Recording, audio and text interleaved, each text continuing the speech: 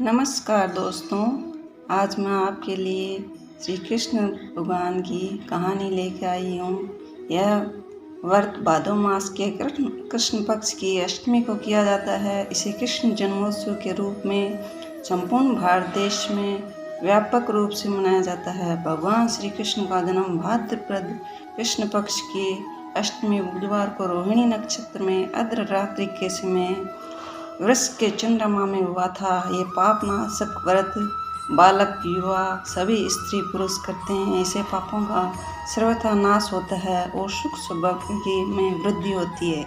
इसलिए हम यह व्रत आज ही कर रहे हैं, क्योंकि आज रोहिणी नक्षत्र है, इसलिए आज ही व्रत ज़्यादा मान्य होता है। सूर्योदय में आज अष्टमी लगी हुई है, इसीलिए यह व्रत आज ही करना है।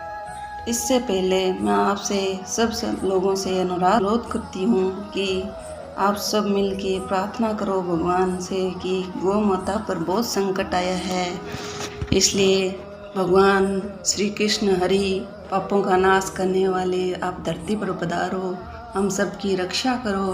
हे गौ के गोपाल, हे गिरधारी, हे बनवारी, हे माखन छोर, हे मुरली मनोहर, जिस नाम से भी आपको पुकारूं वो सब कम है। हे दीन बंधु दीनानाथ, हम सब आपसे प्रार्थना करते हैं, हे प्रभु आप किसी न किसी रूप में आके गौ माता की रक्षा करो, क्योंकि गौ माता पर बहुत भारी संकट आया है। इस दुनिया का सारा पाप पता नहीं गौ माता पर उतरा है क्या। अब जो बीमारी फैली हुई है उससे सब कष्टों को दूर करो। हे प्रभु गौ माता की रक्षा करो।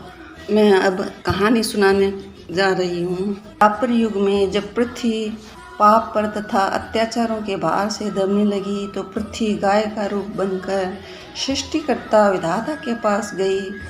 ब्रह्मा जी के पास सब देवताओं ने पृथ्वी की दुखान कथा सुनाई। सभी देवताओं ने निर्णय तो विष्णु के पास चलने का आग्रह किया और सभी लोग पृथ्वी को साथ लेकर क्षीर सागर पहुँचे तथा जहाँ भगवान विष्णु शेष सैया पर शयन कर रहे थे, स्तुति करने पर भगवान की निंद्रा भंग हुई।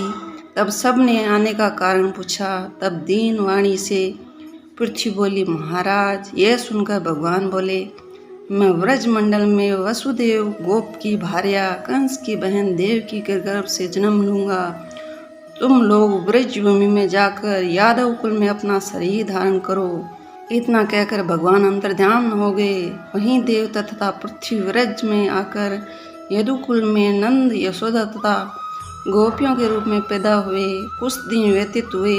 वसुदेव नवविवाहिता देवकी तथा साले कंस के साथ गोकुल जा रहे थे। तभी अचानक भविष्यवाणी हुई और कंस, जिसको अपनी बहन समझकर तू साथ ले जा रहा है, उसी के गर्भ में 8वां पुत्र तेरा काल होगा। कंस यह सुनकर तलवार उठाकर देवकी को मारने दौड़ा। तब वसुदेव ने हाथ जोड़कर कहा, हे कंसराज, यह औरत बेकसूर है, इसे आपको मारना ठीक नहीं है। पैदा होते ही मैं आपको अपनी सब संतान दे दिया करूँगा, तो कौन आपको मारेगा। कंस उसकी बात मान गया तथा उसे जेल में ले जाकर बंद कर दिया। इसी रीति से वासुदेव अपने सभी पुत्रों को देते गए तथा पापी कंस उन्हें मारता गया। ये देवकी के 7 पुत्र मारे जाने के पश्चात 8वें गर्भ की बात कंस को मालूम हुई। तब विशेष कारागार में डालकर पहरा लगवा दिया। भादों की भयावनी रात के समय जब संग गदाधारी भगवान कृष्ण का जन्म हुआ, तो चारों ओर प्रकाश फैल गया। लीलाधारी भगवान की यह लीला देखकर वासुदेव देवकी उनके चरणों में गिर पड़े। भगवान कृष्ण ने बालक रूप में होकर अपने को गोकुल नंद घर पहुँचाने तथा वहाँ से कन्या लाकर कंस को सौंपने का आदेश दिया। तभी उनके हाथों की हथकड़ियाँ तड़पड़ाकर टूट गई। दरवाजे अपने आप खुल गए। पहरेदार सोए हुए नजर आए।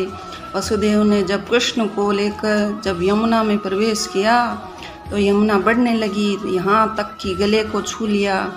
चरण कमल छूने को ललायत यमुना कृष्ण द्वारा पैर लटका देने पर बिल्कुल घट गई। वसुदेव यमुना पार कर गोकुल गए। वहाँ खुले दरवाजे तथा सोई हुई यशोदा को देखकर बालक कृष्ण को वहीं सुला दिया और सोई हुई कन्या को लेकर चले आए। जब वासुदेव देवकी के हाथों में हथकड़ियां पड़ गई तो कन्या रोने लगी। जगे हुए प्रहरी गणों ने कन्या का रुंदन सुनकर तुरंत कंस के पास खबर भेज दी। यह सुनते ही कंस ने कन्या को लेकर पत्थर पर पटकना चाहा, लेकिन कन्या हाथ से छूटकर आकाश में उड़कर तड़तड़े हुए वहां पहुंचते ही साक्षात देवी के रूप में प्रकट होकर बोली, हे कंस, तुम्हें मारने वाला जो तो गोकुल में बहुत पहले ही पैदा हो चुका है। यही भगवान बड़े होकर अकासुर तथा कुरूप की कंस जैसे राक्षस का वध कर पृथ्वी तथा भक्तों की रक्षा की, वो सबका कष्ट मिटा। हे मुरली मनोहर, जैसे आपने कंस का वध किया, ऐसे ही आप सबसे प्रार्थना है कि इस पृथ्वी पर आकर इस दयामयी गौ माता पर रक्षा करो, सबकी गौ माता की रक्षा करना। बोलिए श्री कृष्ण मुरारी की जय। अगर आपको मेरी कहानी अच्छी लगी हो तो आप मेरे चैनल को सब्सक्राइब करें व लाइक करें। धन्यवाद।